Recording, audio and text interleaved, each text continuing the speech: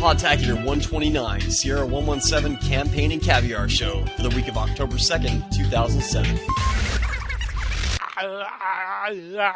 Who took my cookies?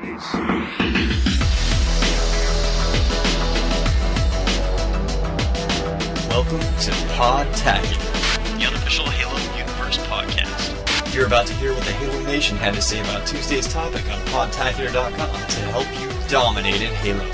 So strap on your battle armor and grab a VR, because it's time to finish the fight. Just you and me, a battle will decide our destiny.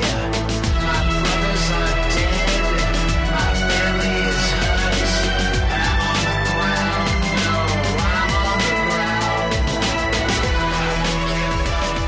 What's up, everybody? Welcome back to another episode of Podtacular, the unofficial Halo Universe podcast. I'm Fumo Jive. I'm JBB. And this is Drive C. And we're back with our first ever Halo 3 episode. That's right. We're back, baby. Back with a huge opening show. So huge that there might not be time for everybody, as usual. So, how about the show notes? It's massive, for sure. But yeah, we have a lot to talk about this week. And we took a 2-week hiatus, and we will explain why in a little bit. But I know I speak for Fumo Jive. I'm excited to be back. For sure, man. I'm pumped. So Drive C, first of all, I want to tell you, welcome aboard. It's good to finally have you here. And why don't you tell us a little bit about yourself and what you've been up to in the community? Okay, thanks for inviting me, by the way. Oh, you're very welcome. Yeah, no problem. Okay, basically, most recent thing I've done on the community is 'twas the night before Halo 3. Mm-hmm. You might have seen it on the front page. Yeah. Just kind of went writing it and was kind of thinking, well, September 25th, December 25th. There's a connection there. Two best days ever. Mm-hmm. So. Yeah, and when Christmas comes around, Master Chief is going to have a Christmas outfit, and instead of a bag of goodies, he's going to have a rocket launcher wrapped around his back or something for kids who are naughty. But quickly, how long did it take you to write that up? About an hour and a half to about 2 hours. The reason why I was watching The Simpsons. So. All right. Well, for those who want to check it out, make sure to go to podtacular.com. It was posted on the front page. It's very humorous and it's well written, and it got a lot of positive feedback. So make sure you go check it out. So I heard you guys went somewhere quite special last week. Yeah, we did actually. JVB, you and I went over to Seattle for the Halo 3 launch event over at Microsoft. Got to play some Halo 3 early. Got to hang out at the huge Best Buy event. Why don't you tell us what your thoughts were on the event and, what you got from it in general?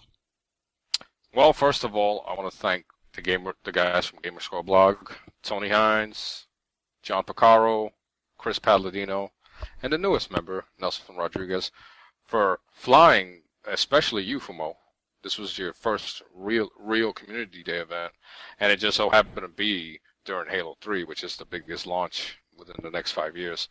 So we were actually the only show that was complete that actually was flown over there. And of course we couldn't tell anybody because they didn't want us to. And you cannot cross the Godfather. But anyway, the event was awesome. We went, played Halo 2 for like Halo 3, excuse me. Gotta, get out of the habit of saying Halo 2.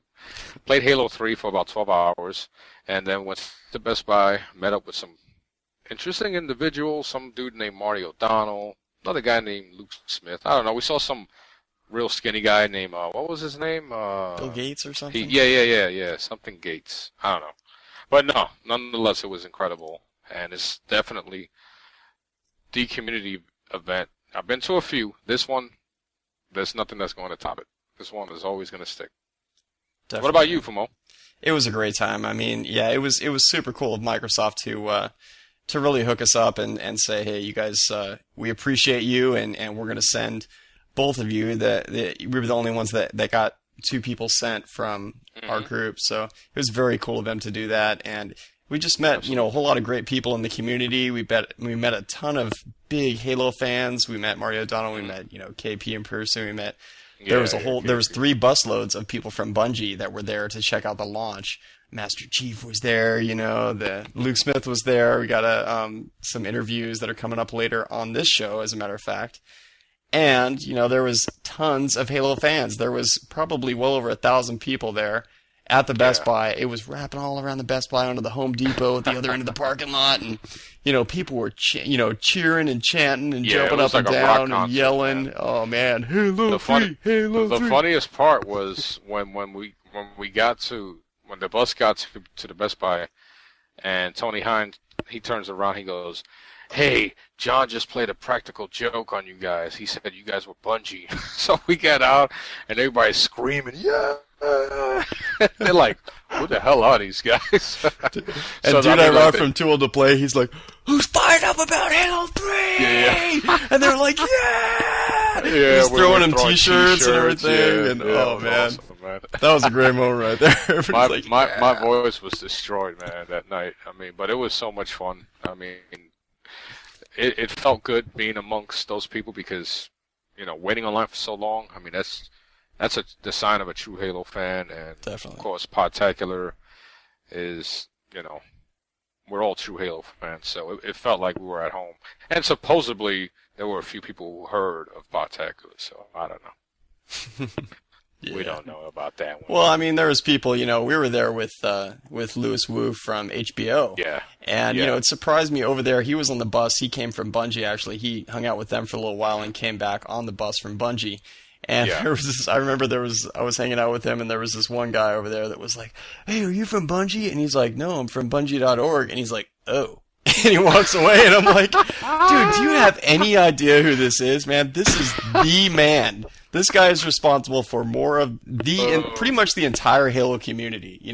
Everybody that has gotten a Halo fan site or Halo podcast together, that guy has been helping them out from square one, man." So yeah, absolutely. It was super cool to meet him. That was one of the highlights of the whole, the whole thing. Yeah, and he was a very, very down-to-earth guy, very funny, very acrobatic, because he actually was stuffed in the trunk of an SUV full of luggage, and this guy is like 6'10". Yep. And when I saw him go to the van, to the SUV, I'm like, where's he gonna sit? He's like, "No, I can fit in. I'm fine. I'll just get in the back here with the luggage." We're like, "You sure, man? I don't know. You're pretty tall." No, I'm cool. Yeah. Oh, I heard. I'm really upset nobody took a picture, because that would have been a great picture, man. I was like, how? When I saw the amount of luggage there, and then I saw his height. He's 6'5", but still, that's very tall. He was pushing it, man. I'm telling you. He had like a tiny air hole to breathe out of, and his entire window was fogged up. Every time he said something, like people would be talking to each other, and you'd hear something from the back go, or something. It's like all muffled, and everybody's like, "What was that?" He had like a scuba hose sticking out so he could breathe. He came out and he was pouring in sweat, man. And he's like, "No, I'm cool. Oh, man. They saved him a trip, man. They saved him, an expense. I guess so. That was cool, man. It was cool how, coincidentally, we all almost landed at the same time and met up at the airport. And it was definitely a great event, man. For sure. So, Fumo, real quick before we get started, what was your most memorable moment there?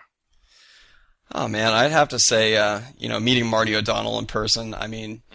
Some people, idolize guys like Warren Moon that was there, or Bill Gates that was there. And, to me, I don't necessarily idolize Marty O'Donnell, but I really appreciate what he's done. Yeah, absolutely. The kind of work he's done I've always admired a lot. So it was very cool to meet him in person and just to ask him about some of the influences and some of the things that he considered going into Halo 3. Actually, JVB did a lot of that interview, and it was very cool. You guys are going to get to hear that later. Mm-hmm. And that was a very cool interview. But just to hear that and just to meet him in person was a thrill to me. So definitely a highlight. That was one of my highlights. I was so nervous that I called myself Fumo Jive. So that broke the ice, kind of. But I'm going to get a little emo here. Fumo. I'm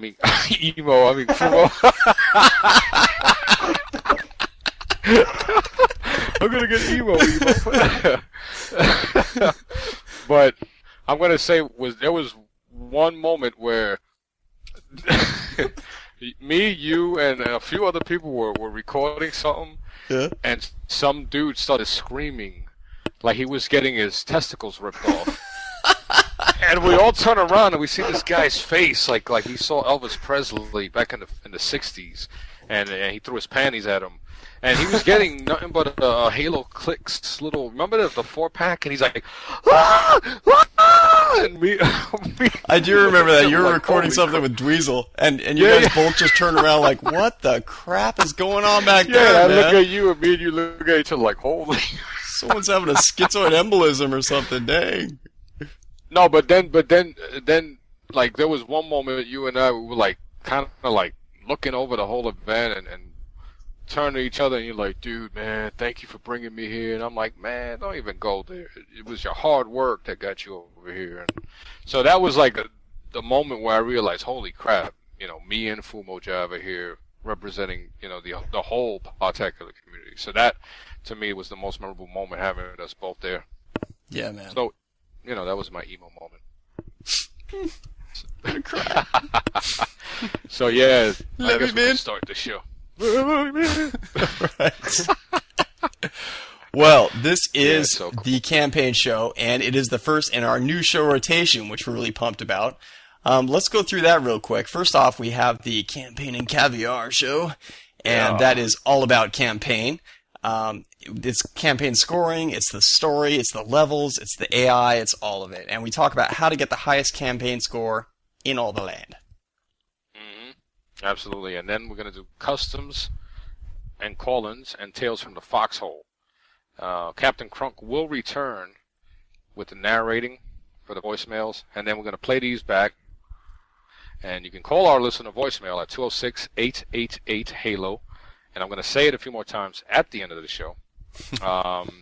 Make sure it's Halo related. It could be funny, but keep it on topic, please. And then we're going to read your tales from from Halo Ponage. And I mean, it is going to be crazy. There's going to be so many new features that are going to be added to what we were used to. So who knows what's going to come out of these phone calls? I can't wait. Definitely. So that's Call-ins and Tales from the Foxhole. After that, we have Customs and Creations. And now that the floodgates have opened with custom game options, it's definitely time to get creative with this. And that's where we read off a bunch of cool customs from the community. We also talk about your favorite Forge edits. And what's cool about this is that now we can give out your gamer tags, and others can download the customs and map edits instead of having to put in all the rules in the podcast. How cool is that? Now we can just give out the gamer tag, and you guys can download them. So I mean, exactly. What a cool way to find cool customs. I know. No more. I jumped off the cliff and stuck a guy with a plasma grenade. Now we can actually see it. So make sure Exactly.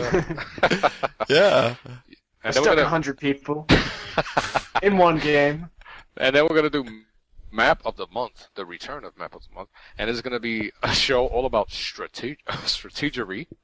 We talk about how to kick arse, one of my favorite words, on multiplayer map.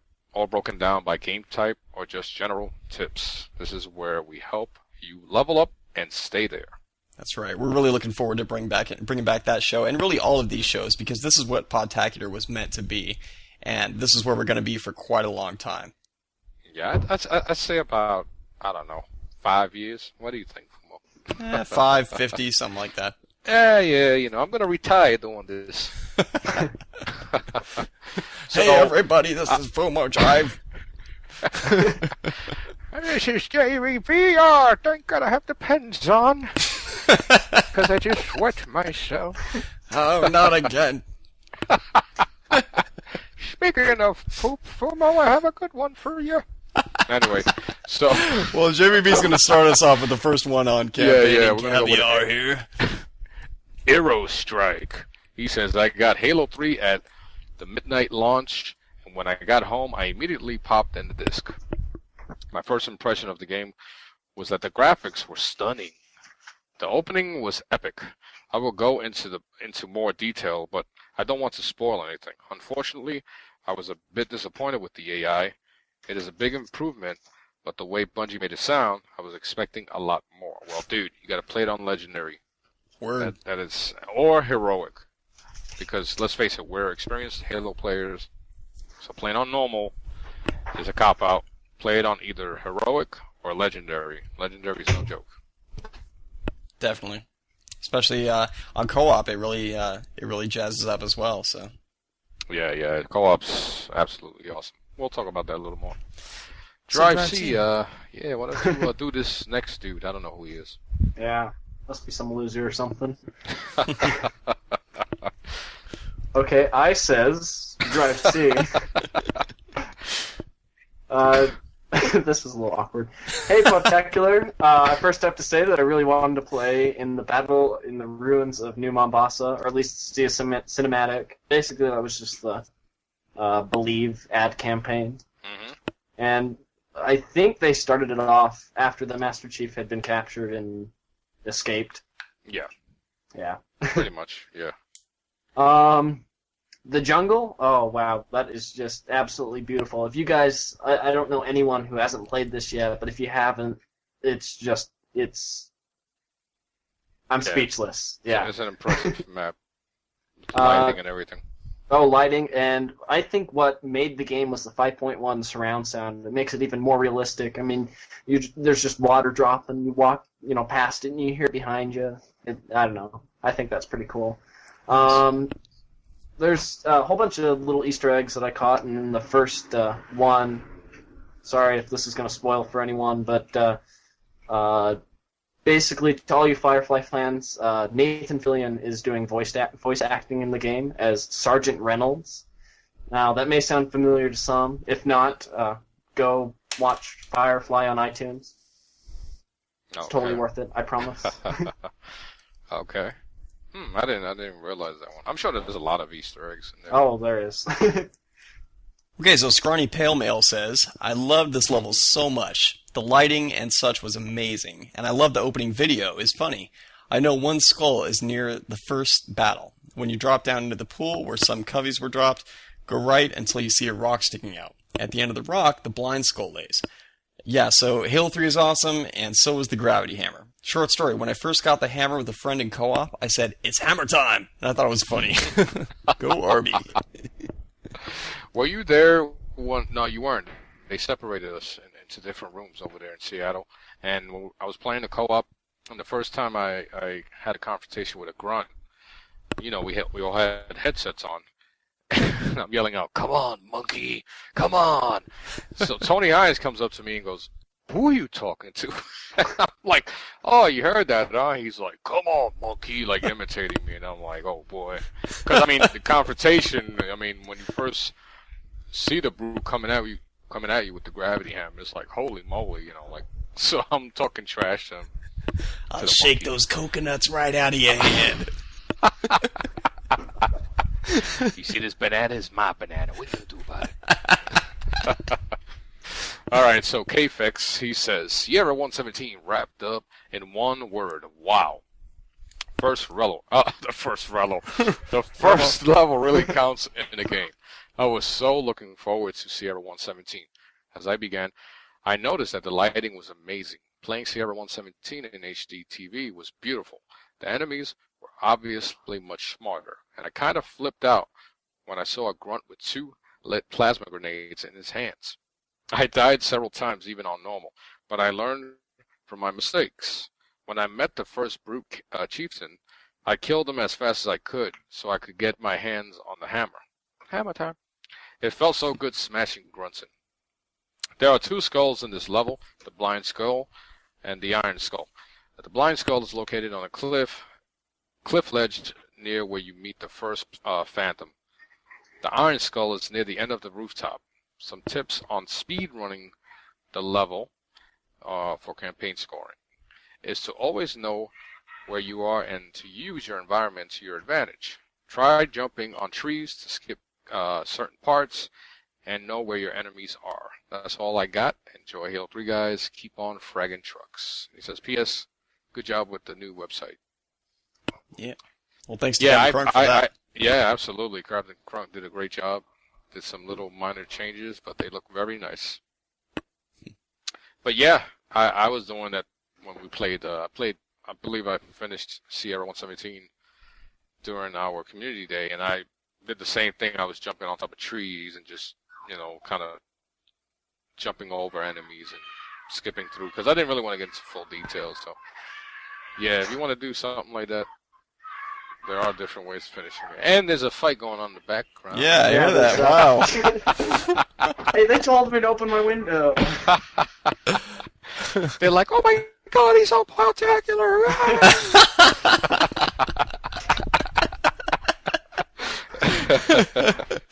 Whoa. All right, cool. Yes, So, yeah, Try but C. I was gonna say okay. he was talking about campaign scoring. Have you guys tried that yet? Yes, I have, and I tried it on co-op, and it was actually cool. Yeah. And I just wanted to try it because of the 4-player co-op tournament we're going to be doing, and it's actually effective. You can do it as a team, or you can do it individually.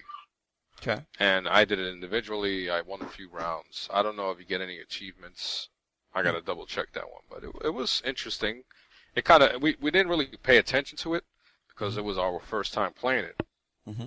But I'm sure once you finish the campaign, a few times, and you want to do some co-op, the scoring will bring a competitive edge to it, and it should be fun.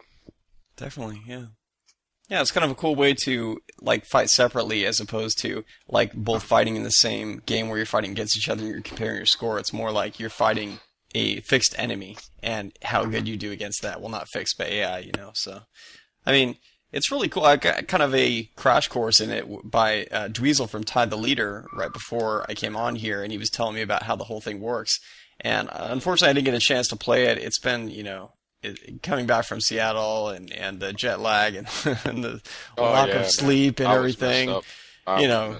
Getting back to normal. Quickly, that's sorry to interrupt you. No, go ahead. You mentioned that you still haven't had a chance to mess with it. That's just an indication of how much comes with Halo 3. Right. It's not just the usual format that we had with Halo 2, which was a single-player game and multiplayer. You have so much that there's still things that most people haven't even gotten their hands on, like with Forge and save game films and taking pictures, and in your case, going through the metagames and co-op. You haven't even done co-op, right? Nope, not at all, because when I went to Seattle, I really wanted to. It had a better setup than I had at home, so I was like, I'm just going to play through this on my own, think of it like a theater thing where I just want to hear it without any distractions and get the whole story as it goes through. Yeah, people were telling me that I was just kind of staring, drooling at the screen, Yeah, it was funny. They were like, dude, Fumo Jive was staring right at the screen. He had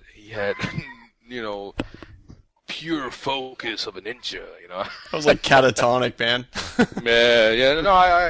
I agreed with you when you said that finally, and I was listening to you and the audio that Rod Smack did for his Zoomcast, where you told him, hey, I've waited so long for this, and to finally sit down and see it in front of me. It was like, oh my God, it's here. It's like waiting for the movie that you've always wanted to see. Yep. The sequel. I mean, it was awe-inspiring. I mean, as nerdy as it sounds. Seriously, the first time I played through, I got that monologue at the very beginning when the Master Chief is burning into the atmosphere with the Forerunner relic, and Cortana is talking. And, oh man, it brought a tear to my eye because I was like, I can't believe I'm actually allowing myself to finally see this, and go through it, and this is it, this is the moment, so. Yeah. And I'm sure it was like that for a lot of you guys listening out there, you finally, don't lie. got this game. You finally got to finish the story, finish the fight, and it's an amazing moment, I don't know. Mm-hmm. Well, we'll move on, and then we'll continue to share our very emotional experiences. I'm so sentimental about Halo, dude. My wife would be proud of me. Episode. Yeah, no, I don't think so. She'd probably go, why you show more emotion for that thing than you do for me? Oh, man. Because believe me, I've heard it. Women. Oh, man. All right, so Drive, it's your turn. Okay. Michigan Boy says, Well, I thought that the first level was great. I really enjoyed the graphics, especially the lighting. It was kind of funny because in situations when there might be a jackal across the river, I would be using my pistol to take them out instead of the AR, not to save ammo, just because it's surprisingly accurate. Well, all in all, it's a great level. Thanks, Michigan boy. What did you guys think about the pistol? I'm quite surprised that he was using it. I actually didn't use it much in single player. I did use it a bit in multi, and I'm gonna give that a shot. I'm gonna see if I can take out those pesky jackals from like 3 miles away. Yeah, I didn't notice that either about the accuracy of the pistol. I mean, I picked up the pistol. I was like, what? No zoom? No super fast shot? Yeah. I mean, what's the point? Might as well drop Get a this and pick up Needler. I'm serious, man. Needler, dude. Needler is super powerful Needler's now. Awesome. Yeah. Yeah, we all know it, man. Needler's like a rifle now. I mean, it explodes a lot faster. It fires a lot faster. It reloads a lot faster. The thing is a powerhouse. So Yeah. I'd definitely pick up the Needler first. It's weird, it's weird saying that because with Halo 2, the Needler was so weak. I mean, even dual Needlers were if they could easily dodge it, if they were at any distance because of how poorly it tracked. So. Yeah, and I believe Cameron was closing his window. Sorry about that. These kids it's are just okay. sitting out That's there in my front yard. They want to be on the show. You should have told them, hey guys, what's your gamer tag? So I believe. pesky kids! So who's next? That's you, right, Fumo? Clown X. I think so, and you're after that. Okay, so Clown X says, Halo, how we've loved you. How we've missed you. Starting out, Halo 3 is a tremendous task, and Sierra 117 pulls it off gracefully. It hits a balance between scripted tutorials and the expositionless rest of the story. Starting with an AR, you immediately start to take it in. You might start using some Covenant weapons, or just stick with human, or do both, but altogether you should be killing Covenant by the bucketful at the end. It's a fitting first level to one of the best games of 2007, both as a mission and an event, and an even better tutorial even. My only complaint is the lack of story so far in the beginning. Not everyone, not me of course, completely remembers Halo 2. Many have tried to block out the ending. I hear that. Yeah, it kind of starts at, like, for people that are into the Halo series, understanding what that first monologue says. Yeah, they could have. I mean, I remember listening to, I forgot which show it was, and they said they should have had at least something similar to Star Wars, where it was like a 3-page, scroll of words explaining, part of the first 2 stories. Yeah, it left the casual person out of the equation when I mean, straight from the beginning, of course, most of us anyway, knew exactly where Master Chief, why he was falling from the sky and where he was coming from. Okay. The average person who didn't finish 2, was probably like, what happened? Where did he come from? I mean, he can fly, wow. I got a comment on that actually because when you first played Halo 1, you were suddenly thrown into the story and you had no idea what was going on. And for me, I can't imagine how anyone could have really understood the first part if they just heard the first part and they didn't even play the game. How could you understand what was going on? I mean, you had to go back to the manual and read the backstory and hear the whole situation. So, I see. Yeah. There's a covenant that's a group of alien races that's bent on destroying the human race as part of some religious series, and so on and so forth. So I think that kind of takes a cue from Halo 1 in saying that, look, we're not going to patronize you. We're going to expect that you either know what's going on or you're going to read what's going on in the instruction manual and get up to speed. And we're going to treat you like an intelligent person, and this is going to be the kind of story that you would appreciate. So I think that's kind of a nod to Halo fans, a nod to people that are willing to go and read a little bit of backstory and get up to speed on the whole thing, and just people that don't appreciate being patronized by a bunch of,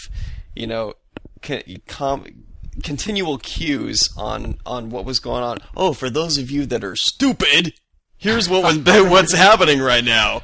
You know what I'm saying? Sometimes movies and games, yeah. On Halo 3. So speaking of the beginning cinema, we haven't really talked about that much. What was your feeling? I mean, did you feel it was a good beginning to Halo 3 as an opening cinema? What did you think, Drive C? I actually thought it was really, really, really, really good. Just because it's the first time we've seen Halo, the campaign in HD, and right when he's just flying in, you got the surround sound, and everything's just cranking and shaking, and your eyes are glued to the screen. Yeah, it's awesome. Yeah, and it was also good to hear Cortana in the opening sequence, and she kind of gives her own backstory as to why she chose John. I mean, before the opening sequence, they never really explained why her and Master Chief were paired up. But she explained that she had the option to choose, and that he had one thing that nobody else had, which was luck. And of course, he crashes into the ground, and we see this interesting cinematic opening scene. And I mean, what do you think about it, Fumo, when you saw Master Chief laying there? I mean, obviously we knew he wasn't gonna die. I mean, Right. in the very beginning. And we're not saying that he died or anything, but we're just talking about the opening sequence only. Right. Yeah, I'll tell you, man. Hearing Cortana talking in that first part, I've always thought they had amazing voiceover quality, because voiceover quality can really make or break a game, or Yes. or anything that has voiceover, or a movie for that matter.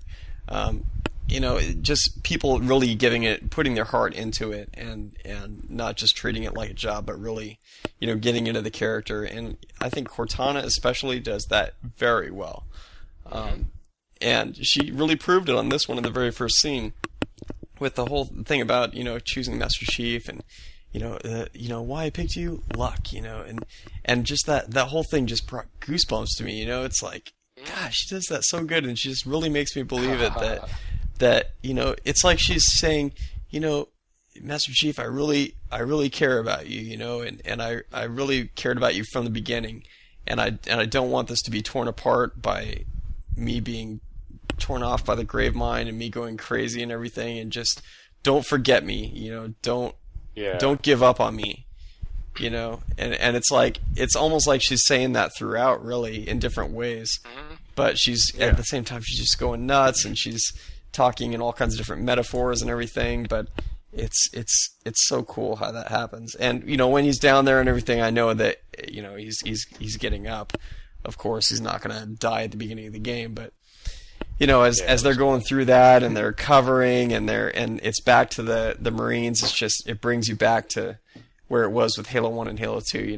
We're back in the Marines, Battle. And we're saving the human race here, and this is serious business, So it was exciting to get into that mood again.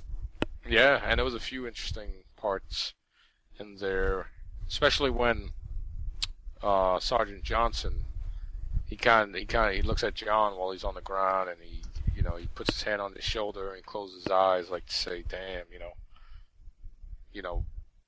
I'm gonna miss you," And then he takes the chip from the back of his helmet, and that's when John goes, "Hey, I'm still alive."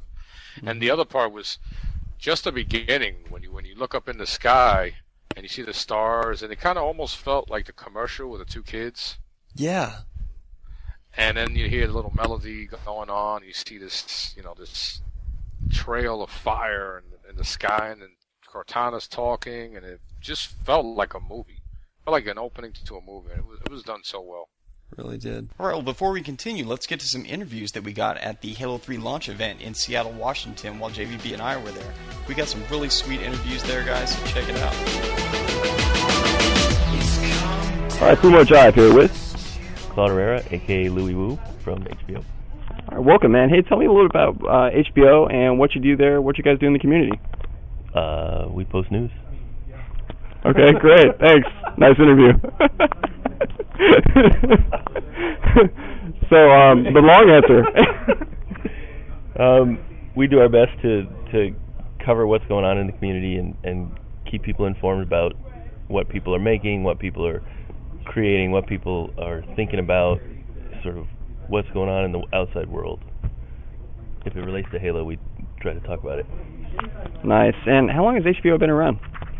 We opened our doors as blam.bungie.org in May of 1999, and then halo.bungie.org opened the day that Halo was announced, which was July 20th, 99. Sweet. Okay. So you guys have forums and everything too, right? We do have forums.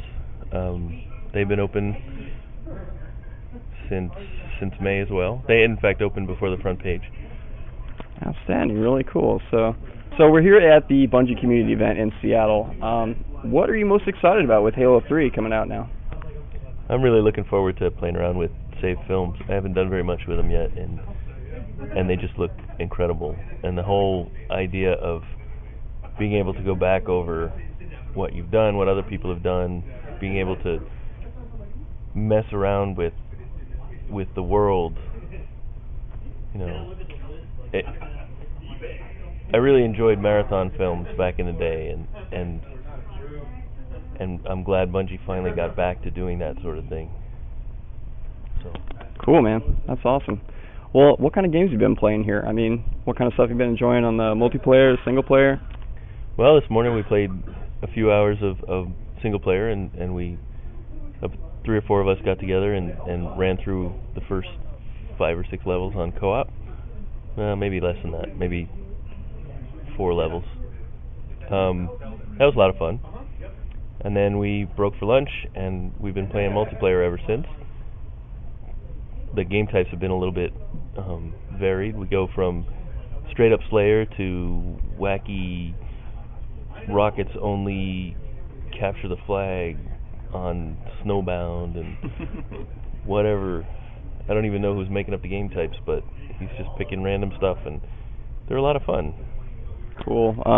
Was there any weapons or features that really stood out in the multiplayer that you're pretty excited about, or? I don't know.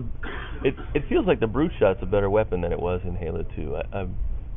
I'm really enjoying it quite a lot. The effects are great. The grenades are great, and the melee is actually really nicely strong. That's cool. I mean, the brute shot is. I agree. I mean, it's like it doesn't arc like it did in Halo 2, or at least if it does, it barely does. Right. So you can actually aim it. and it two grenades plus a melee is nearly 100% of the time a kill. So it's more powerful too. It does seem to be more powerful, yeah. Sweet. Yeah, and the melee with the blade, you would have thought with Halo 2 you got this giant blade and you're smacking someone with it, tear them in half or something. You have to hit somebody 5 or 6 times to kill them. Right. Yeah. Yeah, it's good that they really picked that up. So. All right. Well, thanks, Louis. Appreciate it. And tell us again where we can find HBO at. It's halo.bungie.org. All right. Thanks, man. Okay, I'm I just know who he is. How is this possible? We're in the presence of greatness, that's why. I'm Jamie B with Fumo Jive. Yeah. Podtacular.com. Hey, wait a minute. Is that Marcus? Yeah, that's Marcus. That's our art director taking off on his Harley. Seriously, yeah. We are here with the legendary Marty O'Donnell, the creator of the Halo. Contract, yeah. I heard some rumor that you sometimes go by a different name. Is that true? Who? You. But I googled you one time and a different name came up. Well, Marty O'Donnell, Marty the Elder, Lance. The Master of the Great One. Lance is my gamer tag, just so you know. Okay. I've been wondering who was that. That's me. So there's only one Lance in all of Xbox Live, and that's me. Nice. It's not Lance 117. It's not Lance 505. It's just Lance. Only I could be Lance because I got in early. There you go. Yeah. Just like I was. I think I'm the only 3-digit person I know. Okay.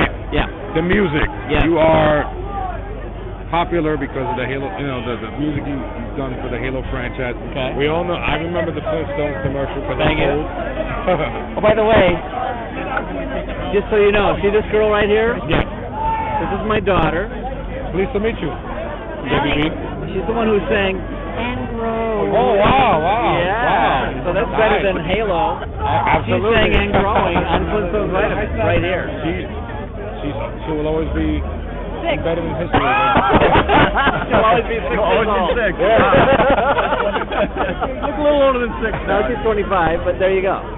So, what's your most memorable moment throughout the three games while being the composer, being the maestro of the Halo music? Wow, most memorable moment.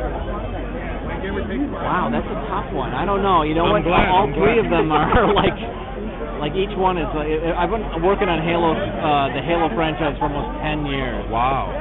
So I think the one that I'll have to say is when I actually was sitting in my basement in 1999 and I had sent the DVD or the CD of the music off to Macworld 99. Oh, wow. And I hoped they were going to play it when Jason hit the start button on the Mac demo for Halo.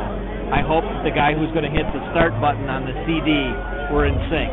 Oh, okay. And I was sitting there watching the live webcast of that thing. Yeah. And when it all came in sync and the crowd started clapping at the end, I realized, I think we might have something here. Nice. And that was the thing that I think really made me realize we might have something cool. Now, how hard was it for you to top the music that you've done in Halo 1 and 2? Because I've heard the music, we played it, and it's fantastic. You know what? Thank you very much. I appreciate that. I had to make a decision to whether to do all new stuff for Halo 3 or to come back to some of the themes that I really loved from Halo 1 and the themes I loved from Halo 2. And there were some recordings that I felt could have been done better. There were arrangements I felt could have been more spectacular. Yeah. And I just took them and I got a big orchestra and a big choir together and recorded a bunch of that stuff. And that's how I think I topped it, because I finally was able to record the kind of music that I always wanted to have for some of those themes. Yeah. Thank you, Marty. Okay, man. And thanks for talking thank you to me. very much for taking your time. Cool, man. Huge See you later. fan. Okay, cool. Thank you. I'm Robert Zuma. Major Nelson on Xbox Live. Luke I don't have a Smith. cool handle. I didn't make one up. Transformer name. Outtakes. And I'm Capricorn. This is Podtacular. I need help leveling up. Can you help me? Podtacular, the unofficial Halo Universe podcast. I'm a big fan of your show and what you guys are doing over here. Podtacular. Alright, gentlemen, let's get freaky! A battle will decide our destiny. My brothers are dead. Well, let's move on to the next one here. We got keypad, right? Yeah. Yeah, Keypad. He says, "Dear Podtacular, I love the Halo AI, mainly how they know when to hell, when to hide, I guess, and when to stay back and let you do it, and let you do it so you don't kill your own guys." Okay, so I'm assuming that he's talking about the Marine AIs, how they kind of stay away from you when you're destroying nubs. I guess so. He goes, a good example is the first few moments of the level.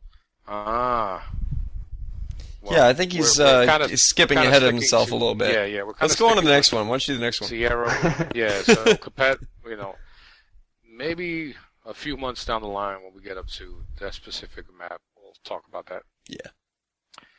So Dust Storm, he says, the question that is floating in my mind was changing the X button a good move. Was changing the X button a good move? I try to reload and I either die or deploy something that I didn't want to deploy. I can easily see the X button being put back to its original function and putting the equipment on the right bumper. Yeah, I know, it makes sense to have the right bumper as a right reload, but I just feel more comfortable with a button scheme I'm already used to. As for graphics, very good, except too shiny. Well, they did some real-time lighting. It doesn't give that realistic feel to me. It feels more like a video game than Halo 2, and then something real life. Keep on fragging trucks. Well, let's face it. I mean, the Halo franchise has never aimed towards, quote unquote, real life graphics. Right. It's a fantasy-based game, but the real real-time lighting physics, well, not physics, but the real-time lighting was absolutely stunning, especially in Sierra 117 where light diffuses. Yes, I mean you can look through one direction and be under shade, and then turn to your left, and you see the glare of the sun hitting you. I mean, it was awesome, and the light, the sun rays going through the trees. I mean, it was well done. So to me, the real-time lighting was awesome. What did you think of that drive? Did you notice anything in particular on the lighting that really caught your attention? The ghosts are a lot more shiny now. Cool. Speaking of shiny, yeah. Did you notice? I noticed one thing that was well, at least one thing. I noticed a few things that were unusually shiny, but then again, I noticed some things in Halo 2 that were shiny that were like, why is this shiny? There was, like, for instance, streets that were made of asphalt that were clearly shiny as well. That was a little weird, as far as like actually casting reflections on what's going on. So, Yeah. I can see where he's coming from on that, but like JVB said, it's not necessarily supposed to be realistic looking in the sense of like of Call of Duty or something like that. Absolutely. It's a futuristic game. It's a futuristic look, and it's really a different world kind of atmosphere going on. All the lighting is a little exaggerated. The different like for instance when the lights light up on the doors, you see a lot of blur around that with the same color. These kind of things like permeate throughout the whole world really, and the way the characters are rendered is different. So, it's just you got to get into it in the same way that you would maybe a comic book, but not necessarily that much. It's not. I wouldn't go so far as to say it's like a comic book, but I would say that it's a little bit in the sense of not super realistic. So, yeah, let's get it straight. It's not perfect dark shiny, where everything looks plastic. Yeah, to me, I had no problem with it. The next issue that he brought up was the right bumper configuration. Yeah. To me, I kind of forgot when I first started playing Halo 3 again about the right bumper, even though I knew it in the back of my mind. Hey, remember they changed the button sequence. But out of habit, I hit X a few times, and of course I was deploying, valuable deployable weapons when I didn't want to. Yeah. But to me, once you get used to it, it's natural with the right bumper reload. I mean, it just feels right. And I mean, I got both of my fingers. I got one on the trigger and one on the right bumpers. And after about 45 minutes, you really don't think about it much. Yeah, definitely. I mean, the thing is with that is that it's just a matter of being used to it from Halo 2. It has nothing to do with the way the control scheme should be for Halo 3, Mm-hmm. That as far as that goes, I think the biggest trouble I had with that was boarding vehicles. You're used to boarding with X. You're used to hitting X to get into vehicles. So holding right bumper to reload weapons definitely makes sense, but boarding vehicles, you don't shoot a vehicle. Well, I guess you do with the right trigger, but you're driving a vehicle, so you're not necessarily shooting it as secondary. So you don't think of it in that same way. So for me, that was a big difference, and it still is a little bit in multiplayer, but I'm getting used to it, and I think it's definitely a good change. Sometimes kind of like maybe this is kind of an obscure reference, but Photoshop made a big change in the way that their layers palette works. In the same way, sometimes you have to make big changes to go the right way, and I think that's what Bungie did in a good way with Halo 3. So yes, it was well done. What I'm seeing is it was more for the independent reloads. You'd be dual wielding something, you run out of ammo on one thing, but if you want to reload that, you still have to reload both, and then you end up dying. Right. So I mean, I don't know. Get used to it. Yeah, unfortunately for those, I know a friend of mine, he had Halo. He was one of those individuals who had Halo a few days, maybe 3 to 4 days before everybody else did, and got it from local mom and pop joint. And he calls me up. He didn't play the beta, and he's screaming, "Man, I can't get used to this right bumper button. I keep throwing my deployable weapons." Did you know that? I'm like, yes. He goes, "Why didn't you tell me?" I was like, "Oops, I forgot." You know, I mean, no big deal. Yeah. I mean, he's a real hardcore Halo fan, so he read about it before, but he just totally forgot about it, just like we all did. Yeah. And of course, once you sit down and play some Halo, it's, you know, just a matter of repetitious setting in, you know, habit. So it'll take a little while. I'm sure everybody by now is already used to it. I can't believe it's here, man. Halo 3. We're playing. It's amazing. So who's up next? Am I? Are you? I Drivesy? think it's me. Go yeah. for it, man. Let's see here. The Mexican says, I'm gonna paraphrase this. Do it. I want to start out by saying how much I can't wait for all the upcoming Halo 3 shows. Let's see here. So basically, what he's saying is he loves the beginning cutscene. He says it was absolutely amazing. The voice acting, as always, is amazing. The graphics are very crisp. And as for the gameplay, where does he start? For the first time I saw a gold-plated brute standing on that log, I was awestruck for a split second. And then I owned him with the AR and mopped up the grunts. Basically, he just goes on talking about the chieftain and the gravity hammer and how hard it is on heroic. Gameplay tip: if you are close to the brute chieftain when as he's about to kasmack you with the hammer melee, kasmack, hammer melee. Oh, sorry. Need a comma there. Melee him right before he swings, and he'll get disoriented, and then he'll yell at you. Once you've done this, all you have to do is kill him quick, because now he's very angry, and he wants to hammerize you into the ground. Smack. I'm very angry at you! Don't hit me! It's hammer time. Oh, man. Yeah. Yes. That's cool. What else does he say? That's about it? Basically keep on fragging chieftains. JVB and Fumo Jive, keep on keeping on. Cool. Thank you, Mexican, and look forward to future submissions. Much obliged. Yeah. Okay. Well, moving on. We got one from Anorexic Leader who says, "Hey, Podtacular, Anorexic Leader here to talk about strategies for Sierra 117, and boy, does he send in some strategies. We'll try to do the best we can.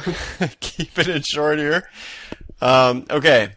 So, first of all, he says, I played this level a few times and have come across plenty of basic Halo techniques to get you through in one piece. There's not a whole lot special about this level. However, it is the first campaign level, and I'm sure if you're eager like myself, this was probably the first part of Halo 3 that you saw. First off, the brutes.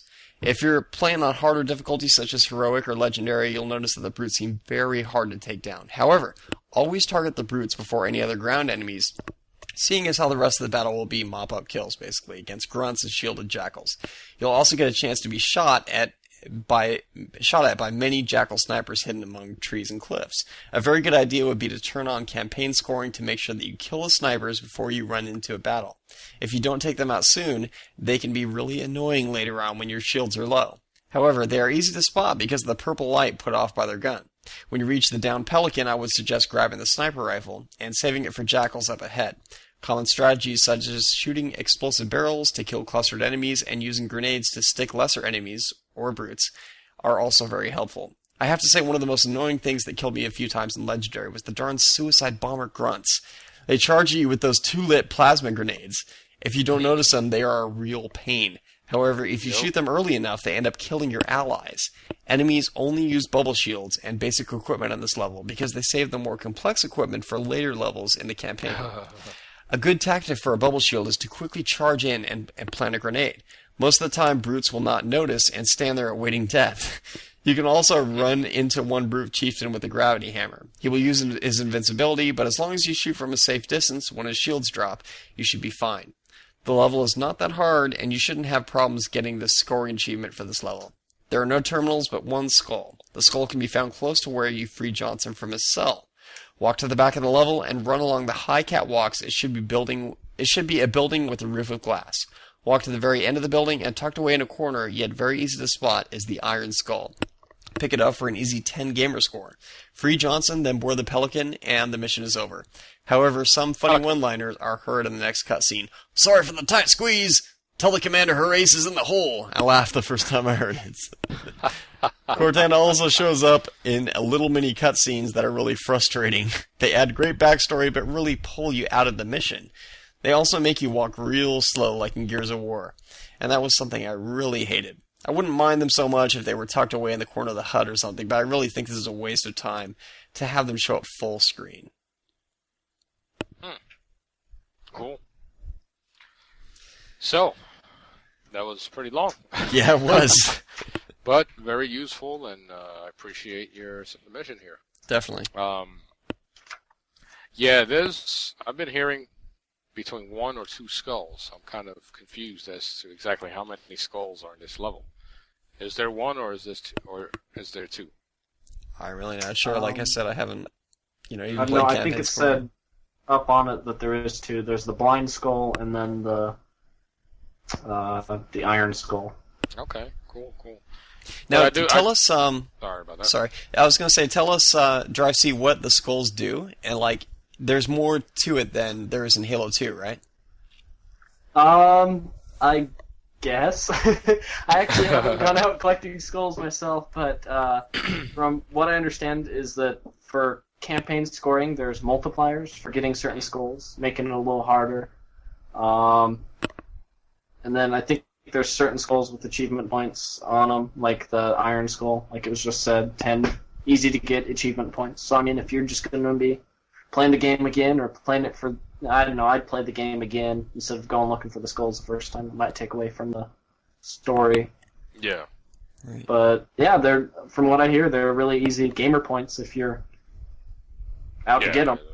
There are pretty simple gamer points if you can find them. So I The tough understand. part is finding them. I understand as far as the gamer score goes, as far as the campaign scoring goes, is that as you go along, what you do is you collect these skulls, and instead of just being a cool thing that changes your HUD and makes things more difficult, it does make things more difficult, yes, in a bunch of different ways, but it multiplies your score by a certain percentage or something like that, so that when you're playing campaign scoring, you get a higher score in general as you go along in the level, but at the same time it becomes more difficult. So the question is, how many skulls can you go along with and still finish the level and get the multiplier score as it goes along? So it makes kind of a cool setup going on where you're kind of throwing a gamble. Can I get through this level, or can I get through even part of it and still make it past these different parts with these funky skulls going on that are limiting my ability? And at the same time get a higher score. So, yeah, it's pretty cool. Yeah, definitely. All right, so Lancelot59, he says, my bro and I had borrowed the 360 from his lab supervisor, and thus I was able to play Halo 3 till 4 a.m. when my mom came down, sent me to bed. My first reaction was, wow. Looking at the level of graphics in the game, it was even better than I thought it would be. The animations looked really lifelike, and the lighting effects really added to the environments. One thing I was disappointed on was the brutes. They were a complete pushover. I didn't usually meet more than 1 or 2 at a time, and I didn't really see any partner-to-partner coordination that Bungie talked about in the Vidoc. I did see a Marine getting the crap punched out of him, but that was in the campaign preview. However, the brutes were nevertheless more challenging than the elites and a good source of deadly weapons. Okay. Cortana's little appearance was a little cryptic at first, but if you listen to them throughout the game, her rumblings kind of make sense. The Pelicans getting shot down and all the events that follow really engaged me in the game. Getting a little lost here. Okay. All I have to complain about is the Lord Hood. Is that Lord Hood looked a little too shiny, I guess. He just didn't blend in with the world like the other characters did. But other than that, Sierra 117 was a good start to what was an amazing game experience. This has been rather my rather long review of 117. I'm just going to call it 117. Thanks a lot. And I like the new Podtacular site. I would like to give a shout out to Chucky J and all the members of Podtacular, and a quick thanks to Logan Payne for his awesomeness. Keep on fragging the 250,000 plus Halo news. Yeah. I'm sure there's a lot more than that. But I don't know what's his riff with the brutes. I mean, yeah. You know, they're intelligent, because there were times where I would shoot one, he'd run away, then he'd come back, I start shooting him again, he's behind a bubble shield, and, you know, there were, I mean, at one point, there was about, I'd say 5 of them in one spot. So maybe he was playing on the easy difficulty. That must be it. You know, people must not realize that the AI changes on the different difficulty levels. Mm-hmm. Yes, they do. And it's not cheap. It's not like Halo 2 where they just had more shield and you just had to waste more ammo and you were left with with a little bit of ammunition. And right. They kind of cheesed their way through. Here, they actually strategize a lot more. They hide. They do random strategies to try to flank you or attack you. I mean, for the first time, I saw a grunt, and I mean, you know, the grunts were aggressive, and they were hurting me. Mm-hmm. And like a few people already mentioned, the grunt with the 2 plasma grenades in his hands running right at you. I mean, you didn't see that in the first 2. So the AI is really well done. It's done very well, and I advise everybody, play on heroic. If you don't want to do legendary, at least do heroic. It's worth it. Definitely. Well, let's do 1 or 2 more. Drive C? Okay. Do I just pick any one? If you like, yeah. Let's see here. Well, I guess there's just a couple left. So, L's here. Just wanted to say I love the show, and this is my first submission, and hopefully not my last. Well, congratulations on the show. Yeah, congrats. The first time I played Sierra 117, I was totally getting my anus kicked.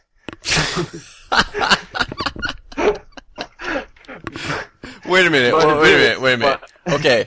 It said get my arse kicked, and you said get my penis kicked? I didn't say that. I thought he said Is that better?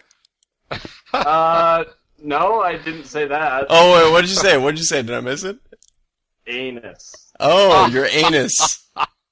Yeah, I thought you said get my penis kicked. I was like, wow. Trust me, it's a lot better. I'm going to keep this family friendly and say penis instead. my dong slong or whatever. Parents out there are like, that's it. Enough Podtacular for you. By the brutes, because I was so taken aback by the beauty of the level and the graphics.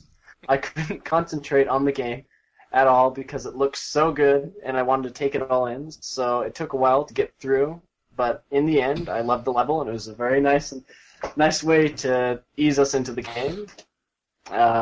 Basically it just says, great level, great game, what else is there to say? Yeah.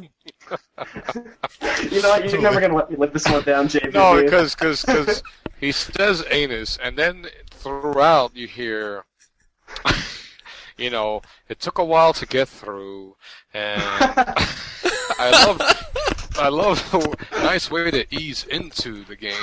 Oh, man. So many innuendos. Maybe I should have. You're horrible, JV. Oh, man. Anyway. Oh, man. You're in trouble. I'm in trouble. Dang, man. What did I say? I'm kicked off the show. No, and then when he said, I was taken aback. Like, oh, nice. gosh. Oh, God. Oh, you're horrible. Okay, anyway. All right. So moving on to, I guess this is the last one. Lone Star Ace, who says, "Hey guys." Okay, he says it in all caps, so I'm just gonna. "Hey guys, it's my first time sending in a question. My favorite gang is Lone Star Ace, and my question is, what did you guys think of the ending of Halo 3? Like the last mission, the cutscene after the credits? No need to go into much detail, just in case there's some people listening who have not finished the fight."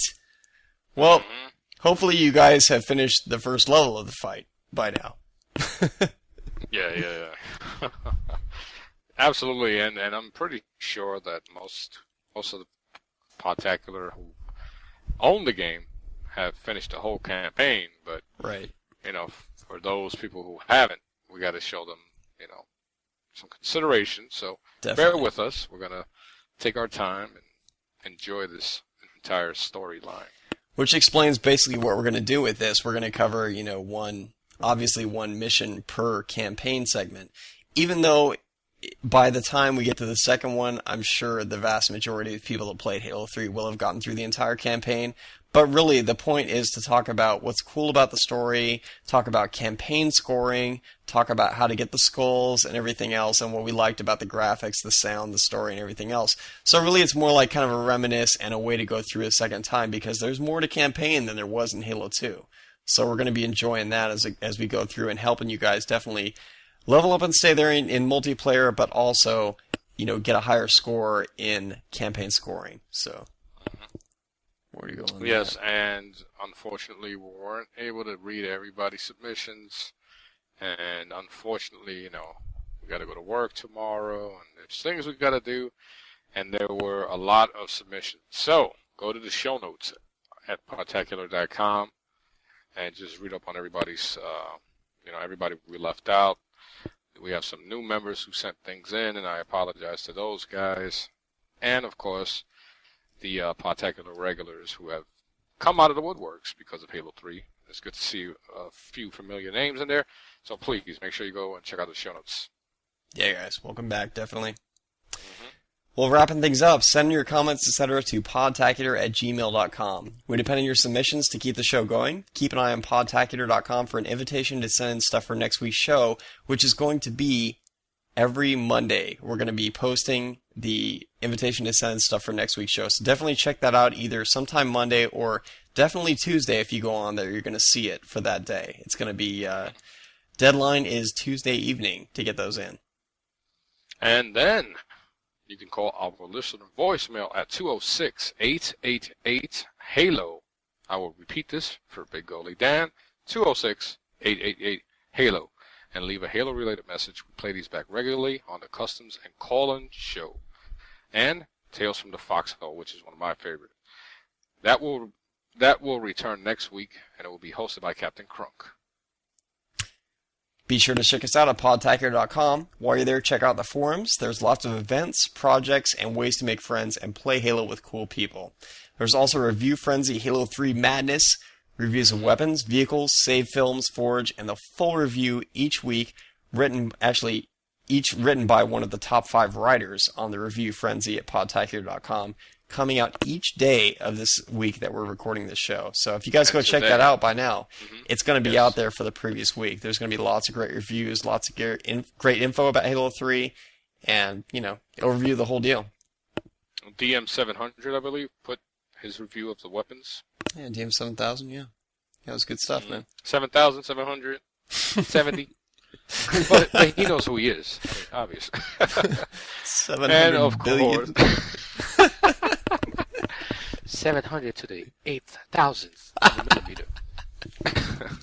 So, thanks to all the people that contribute to Podtacular, whether it's working on the community or site, contributing to our PayPal to help out with the hosting bill, and a new pair of sneakers for JVB, or subscribing to the show and reviewing us in iTunes. We couldn't do it without you guys. And real quick, I want to go emo again. I want to thank everybody who stuck with us for 2 years, especially during the last, 8 months when there was really nothing to talk about.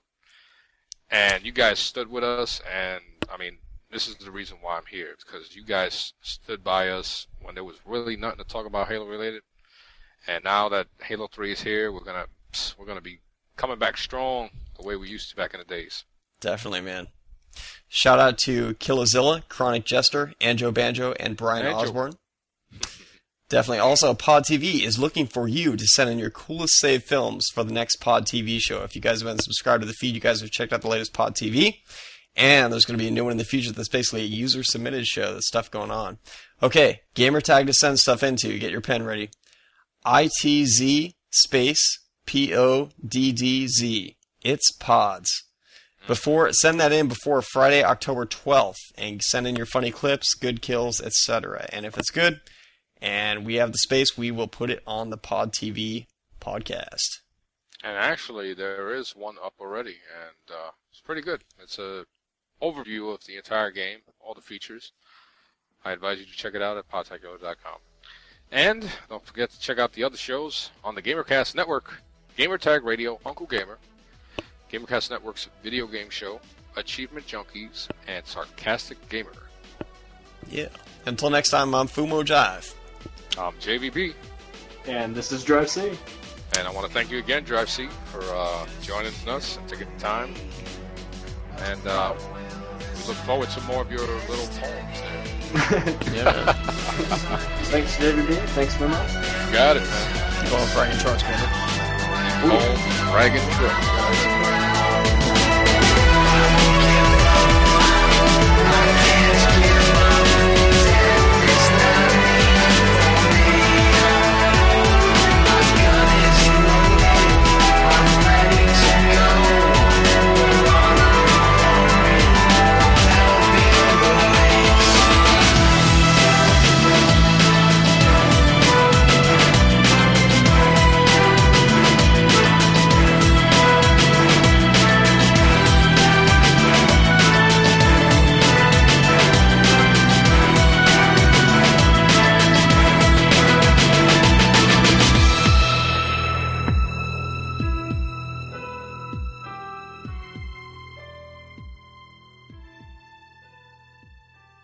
There's only one thing left to say. You will forever be known as the man who, instead of saying ass, you said anus. And I thought you said penis. Yeah. Anus. Wow, my voice has been lagging or something. Yeah, it was lag. Yeah. It was some kids out there. Yeah, they said it. Yeah. Not me. Yeah, the kids outside, they were like, yeah. Penis. I already shut the window. I thought he said weenus. Yeah, I was gonna, So I'm like, oh, man. later on, I was like, I Blast from should the have said blast. weenus, dang it. I was like, blast from the past. Nice. He's done his homework. Dang. But he said anus. Nice. Should I be a little closer to the mic here? Or? Yeah, actually, that would help a little bit. Okay, problem. I've got an iMac, so I need to scoot up the entire computer. Nah. Okay, well, Hey, it works. whatever works, man. Actually, that will probably help your voice be a little clearer as well. His mom's gonna walk in and he's like making out with the freaking monitor.